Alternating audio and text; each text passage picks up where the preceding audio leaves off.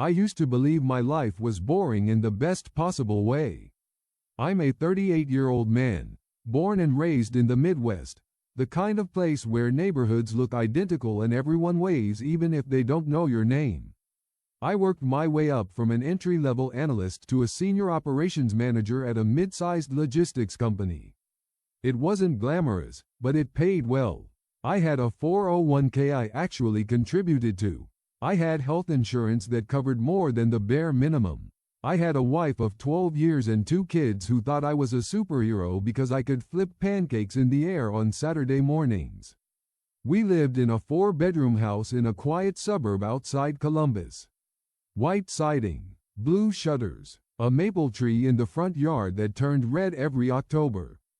Every Thanksgiving, my parents came over. My wife's parents brought too much food, and the kids would disappear into the basement while the adults argued about football and politics. From the outside, it was the American dream. I believed in it because I built it brick by brick. My wife, Emily, was 36. We met in college. She was warm, social, effortlessly likable. The kind of person who remembered birthdays and sent handwritten thank you cards.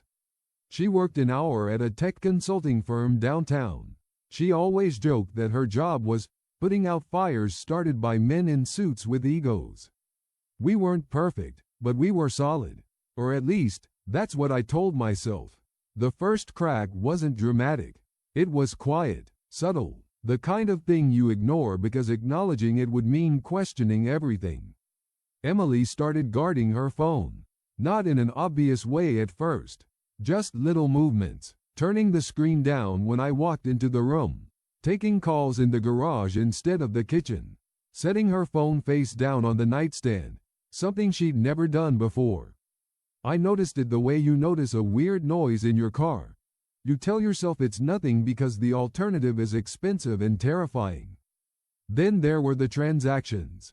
I handle our finances, always have. I'm the spreadsheet guy. Every dollar had a category: groceries, mortgage, kids' activities, vacation fund. So when I started seeing odd charges on our joint credit card, they stood out like oil on water.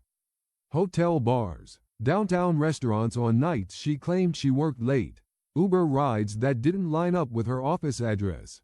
When I asked, casually, she smiled and said, "Oh, work stuff." You know how it is. I wanted to believe her. The real gut punch came on a Tuesday in November. Cold rain, the kind that seeps into your bones. I'd come home early because a meeting got canceled. The house smelled like lemon cleaner, sharp and artificial. Emily's car was in the driveway, which was strange because she was supposed to be in the office. I walked inside quietly, instinctively. The kids were at after-school programs. The TV was off. The house felt tense. Like it was holding its breath. I found her phone on the kitchen counter. Screen lit up. A notification banner hovered at the top. I didn't read the message. I didn't need to. The contact name was M. Not Mike from work. Not manager. Just M. My hands were shaking so badly I had to sit down.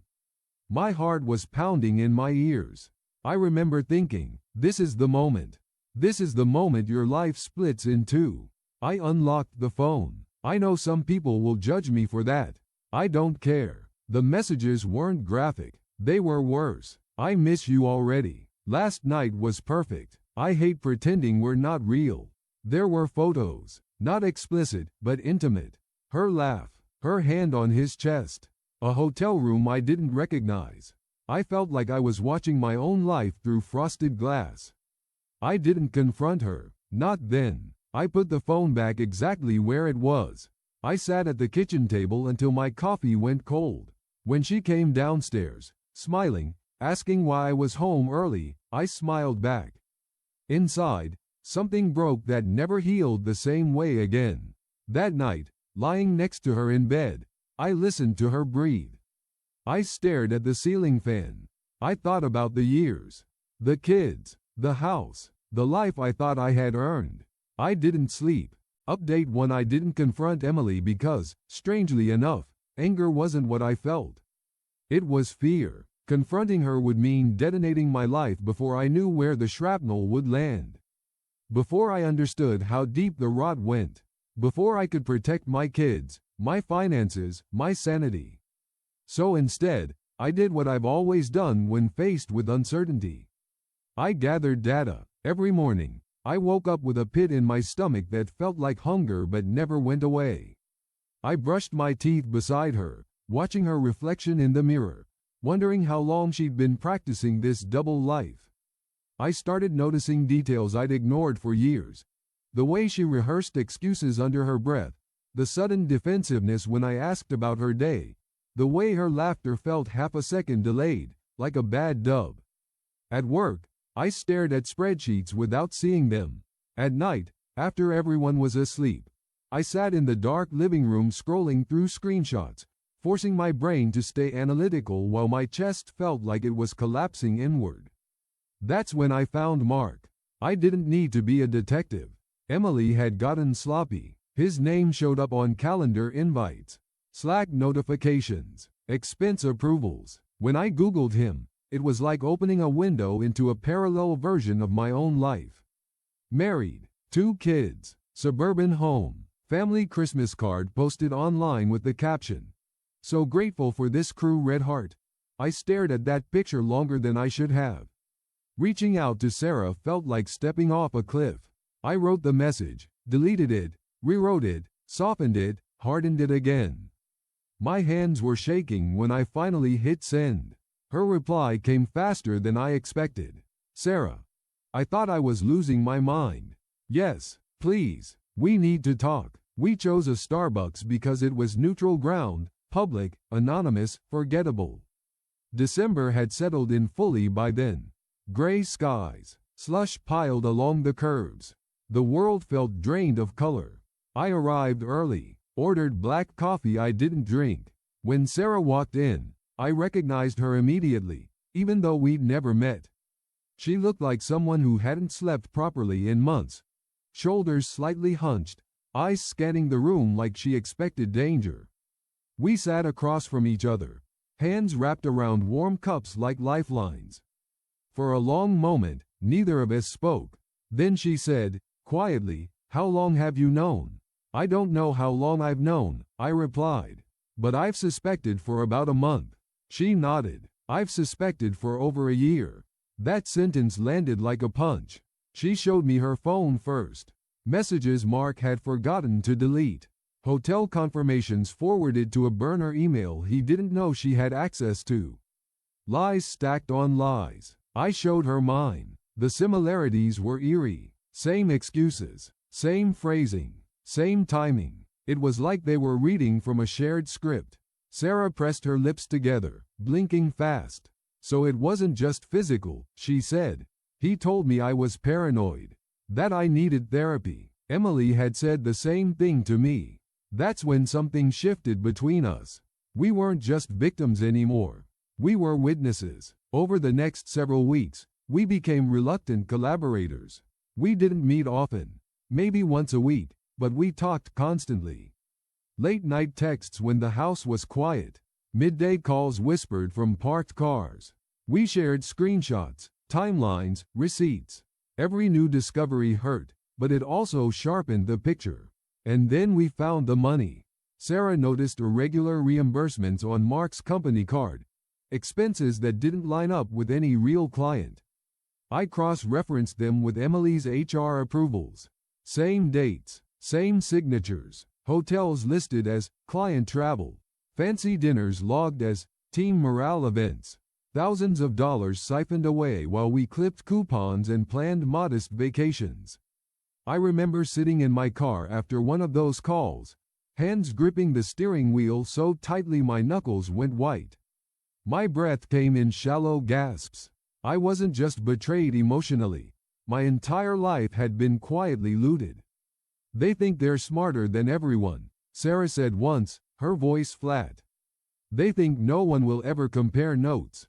That's when we decided not to confront them privately. Because cheaters can lie their way out of a marriage. But fraud? Fraud leaves paper trails. And paper trails don't care how charming you are. Update 2: We planned the exposure like a military operation.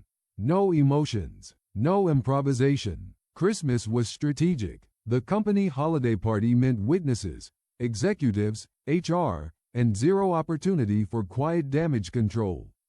It also meant Emily couldn't dismiss it as a personal issue. The night of the party, I stood in our bedroom adjusting my tie while Emily curled her hair. Christmas music drifted faintly from the radio. The smell of hairspray filled the room. My heart was racing, but my face was calm. I felt detached from my body, like I was watching myself play a role I'd rehearsed too many times in my head. "You okay?" she asked, meeting my eyes in the mirror. "Yeah," I said, "just tired." The light tasted bitter. At the hotel ballroom, everything sparkled. Twinkling lights, crystal glasses, laughter. Emily squeezed my arm when she saw Mark across the room. I felt it, that invisible current between them, and something inside me went cold. Sarah arrived 10 minutes later, stunningly composed in a dark blue dress. When our eyes met, she gave the smallest nod. 8:15 p.m. The CEO stepped up to give his speech.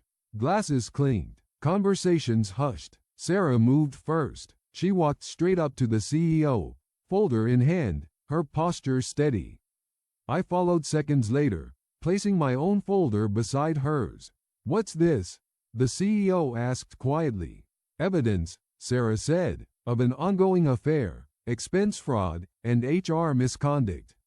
The CEO's expression hardened as he flipped through the pages. Emails, receipts, photos. Emily noticed then. Her smile faltered. She turned toward me, confusion flashing across her face. "What's going on?" she whispered. I looked at her, really looked at her, and felt an overwhelming sense of finality. "You know," I said. Security approached. HR representatives followed. Mark started talking fast, words tumbling over each other.